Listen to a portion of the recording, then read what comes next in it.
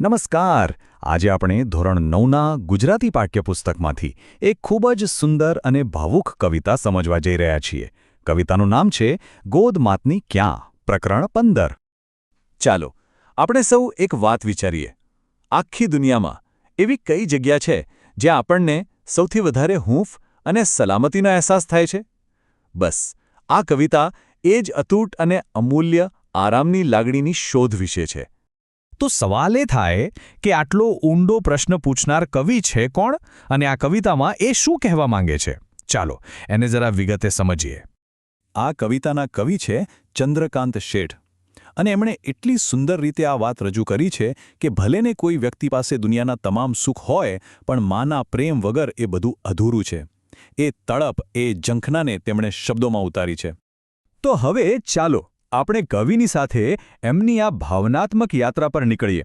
એક એવી સફર જ્યાં એ કંઈક એવું શોધી રહ્યા છે જે ખૂબ જ કિંમતી છે અને જે કદાચ એમણે ગુમાવી દીધું છે. કવિતાની શરૂઆત જ જુઓ, કેટલી જોરદાર છે. કવિ કહે છે કે હું તો છત્રપતિ રાજા જેવો છું. મતલબ કે મારી પાસે સત્તા છે, સંપત્તિ છે, બધું જ છે. પણ તેમ છતાં એમને એક ખાલીપો લાગે છે. એક સવાલ એમના મનમાં ઘૂમરાયા કરે છે, પણ મારી માની ગોદ ક્યાં? એમની પાસે આરામ કરવા માટે એકદમ મુલાયમ, સુવાણો શયનખંડ છે. બધી જ ભૌતિક સુવિધાઓ હાજર છે, પણ એમને એ શયનખંડમાં પેલી માની સોડની હૂંફ નથી મળતી. જુઓ, શયનખંડ શરીરને આરામ આપી શકે, પણ મનને જે શાંતિ, જે સુરક્ષા માની સોડમાં મળે એ બીજે ક્યાંય ન મળે. આજ તો ફરક છે દુનિયાવી આરામ અને માના વાત્સલ્યમાં.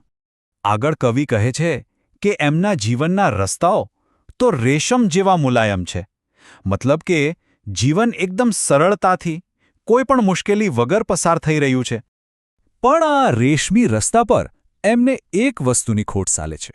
એ છે માની આંગળી. યાદ છે, બાળપણમાં મા આપણી આંગળી પકડીને આપણને ચાલતા શીખવે છે.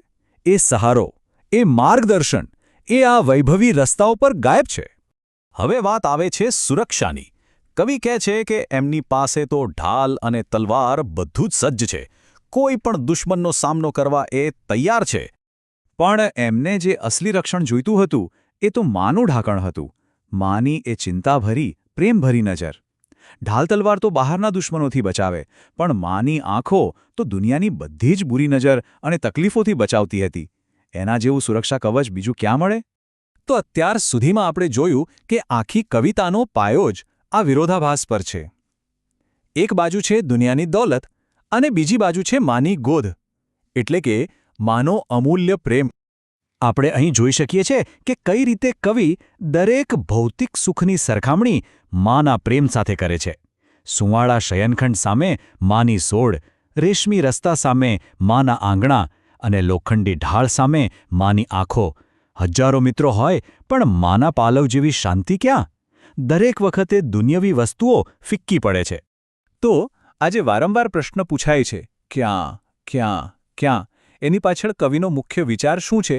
એ શું કહેવા માંગે છે? આ કવિતાનું હૃદય છે એ શબ્દ ક્યાં. આ ખાલી એક સવાલ નથી, આ તો એક વેદના છે, એક ખાલીપણાની અભિવ્યક્તિ છે. માને ગુમાવ્યા પછી જે ઊંડી પીડા થાય એની આ ચીસ છે. એ કહે છે કે મા જેવી હસ્તી દુનિયામાં બીજે ક્યાંય નથી. અને આ જ કવિતાનો મુખ્ય સંદેશ છે કે દુનિયાની ગમે તેટલી સંપત્તિ, શક્તિ કે સુખ સુવિધાઓ ભેગી કરી લો, પણ એ માના નિસ્વાર્થ પ્રેમને કારણે જે ખાલી જગ્યા પડી છે એને ક્યારેય ભરી શકતી નથી. એ પ્રેમ તો અમૂલ્ય છે. તો ચાલો હવે એ જોઈએ કે આ કવિતામાંથી આપણને સૌને શું બોધપાઠ મળે છે, આપણે શું શીખી શકીએ. આ કવિતા આપણને યાદ અપાવે છે કે માનો પ્રેમ શું છે. એ એક એવી હૂંફ છે જે બીજે ક્યાંય ન મળે. એ એક એવી સુરક્ષાની ભાવના છે જે અનોખી છે. તે જીવનના દરેક પડકારમાં આપણું માર્ગદર્શન કરે છે. અને એટલે જ આ અતૂટ બંધન દુનિયાની કોઈપણ ભૌતિક સંપત્તિ કરતાં અનેક ગણું વધારે મૂલ્યવાન છે. અને છેલ્લે આ કવિતા આપણને એક સવાલ સાથે છોડી જાય છે. આ કવિતા આપણને કોનું મૂલ્ય સમજાવે છે અને શું કરવા પ્રેરે છે એ આપણને વિચારવા પર મજબૂર કરે છે કે જેની પાસે આ અમૂલ્ય સંબંધ છે એને સાચવી લેવો કેટલું જરૂરી છે.